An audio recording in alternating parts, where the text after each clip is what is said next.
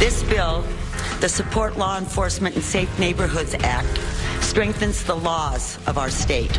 It protects all of us, every Arizona citizen, and everyone here in our state lawfully.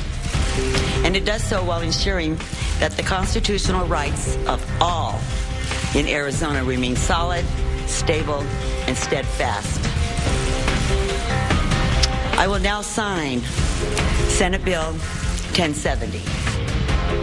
Wow. Welcome back to Hardball. That was Arizona Governor Jan Brewer late this afternoon signing into law a new measure in Arizona that makes it a state crime to be in the U.S. illegally and allows local police to question people about their immigration status if there's suspicion that they're here illegally. Critics say the new law will lead to racial profiling and threaten civil rights. With us now, Democratic Congressman Paul Grijalva of Arizona. Congressman, thank you for joining us on this very heated issue.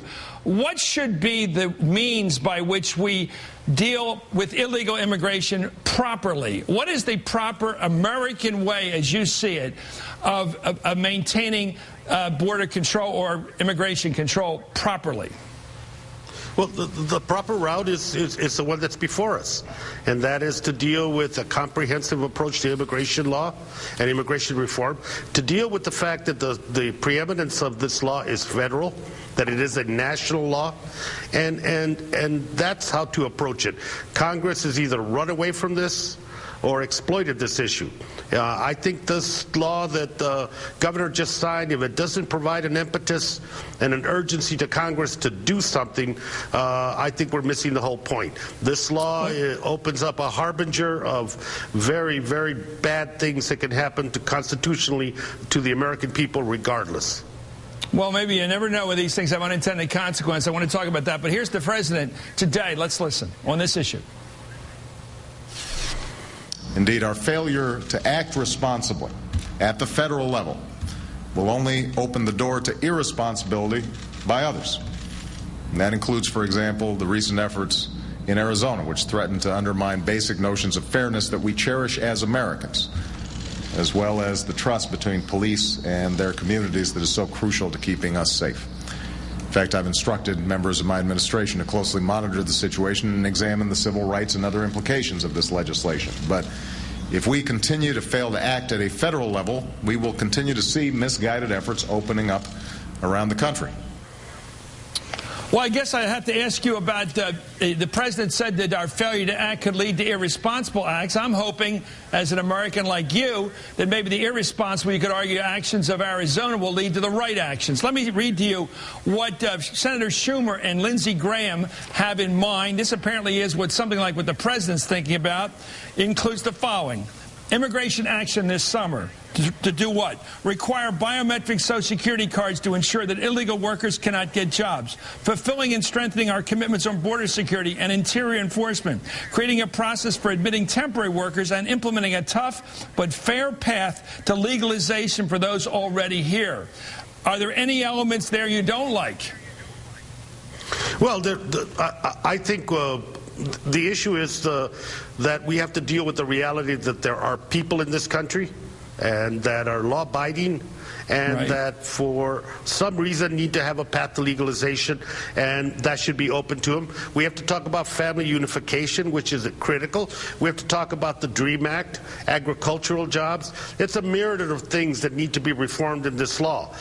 We've been talking only about enforcement and security now for 8 years. The consequence of that funding, billions upon millions, the consequence of those legislative actions has not done anything to deal with the crisis and the broken system of immigration in this country.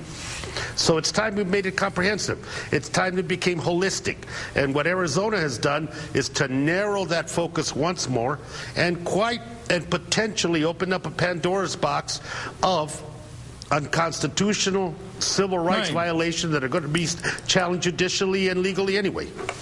Yeah, I heard you, and you follow the pattern here of people who are concerned about the welfare of people in the country illegally, and I assume you are, offer up suggestions about how to improve their welfare by family unification and legalization.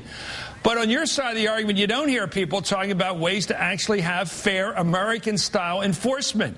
Do you think one of the ways to create an enforcement system would be you can't work here illegally? You can't come to America to get a job if you're coming here illegally in the future by having a Social Security card system that can be checked.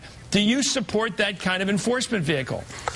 The enforcement vehicle, yes, because if we have a path to legalization, if we deal with the undocumented that are here that are all abiding and working, and that employers and employees know they have rights and that there's verification to their ability to work in this country, absolutely.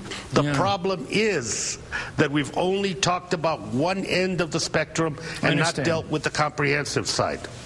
Do you think that if you jammed this issue at the hardliners, the people like the governor, and said, look, let's be honest, the people here are going to stay here. Nobody's going to go around this country rounding up, what, 10, 12 million people, however, in this country and send them away. They've got kids here. They have roots here. As you say, overwhelmingly they're law-abiding. Nobody's really going to ever do that. That's just rhetoric. So let's talk about the future and having a system of liberal but enforceable immigration policy. Would they go along with that, or are they just too angry to think? What do you think? I think we've reached an interesting crucible here, Chris, in that right now the issue of immigration is either elected officials, that includes members of Congress, either run away from the issue and hide from it, or they exploit it, as Governor Brewer and the Republican legislature in Arizona have done. You demonized, you've profiled people, and then, you know, that's interesting. You could be fifth-generation American that happens to be of Mexican descent in the state of Arizona, and you fall under the same discriminatory profiling requirement that's in this law. Unbelievable. Unbelievable. Well, I understand it. And by the way, I agree with the president.